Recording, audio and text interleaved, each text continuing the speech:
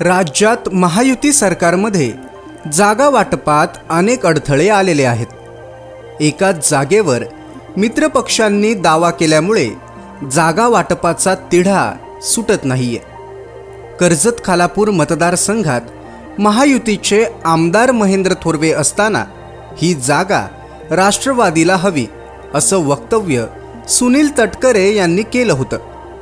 मला पक्षाकडून तिकीट मिळेल आणि मी निवडणूक लढवणारच असा आत्मविश्वास सुद्धा सुधाकर घारे यांनी मांडला होता। अजित पवार यांनी राष्ट्रवादीच्या नेत्यांसोबत आणि आमदारांसोबत बैठक घेतली। त्यामध्ये विद्यमान आमदारांचं कोणाचंही तिकीट कापणार नाही असं आश्वासन सुद्धा दिलं। मग अजित पवार स्वतःच्या पक्षातल्या आमदारांचं तिकीट कापणार नाहीत। मग शिंदे गटातल्या विद्यमान आमदार महेंद्र थोरवे यांचं तिकीट कापण्याचा प्रश्नच येत नाही। स्वतःच्या पक्षातलं तिकीट कापून आपण मित्र पक्षाला देत नाही, मग मित्र पक्षाचं तिकीट कसं मागू शकतो? राष्ट्रवादीच्या ताब्यात राहिलेला मतदारसंघ आमदार महेंद्र थोरवे यांनी शिवसेनेच्या ताब्यात आणलेला आहे। त्यामुळे शिवसेनेचं या ठिकाणी चांगलं मताधिक्य आणि स्ट्राईक रेट असल्याचं सिद्ध झाले। त्यामुळे राष्ट्रवादीला तिकीट मिळेल ही आशा करूनही उपयोग नाही।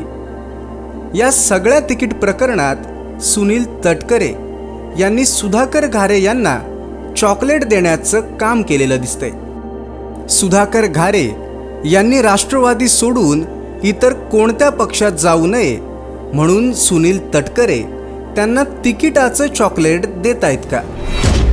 सुधा भाऊ, मी तुमच्या तिकिटासाठी प्रयत्न केले, पण निर्णय शेवटी माझ्या हातात नव्हता असं म्हणून सुनील तटकरे काही दिवसात जबाबदारी झटकतील का?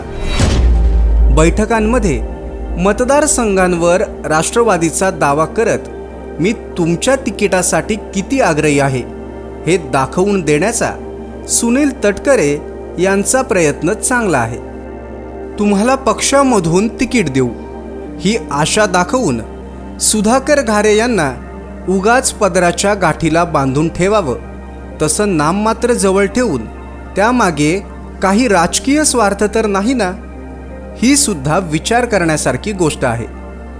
सुनील तटकरे यांचं अनोखं राजकारण जुन्या जाणत्या सर्वांनाच माहीत आहे।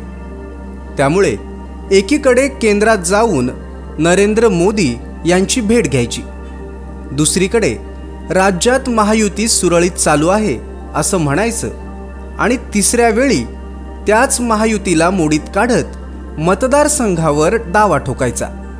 हे अजब राजकारण नक्की का आणि कशासाठी हे मात्र सुनील तटकरे यांनाच ठाऊक।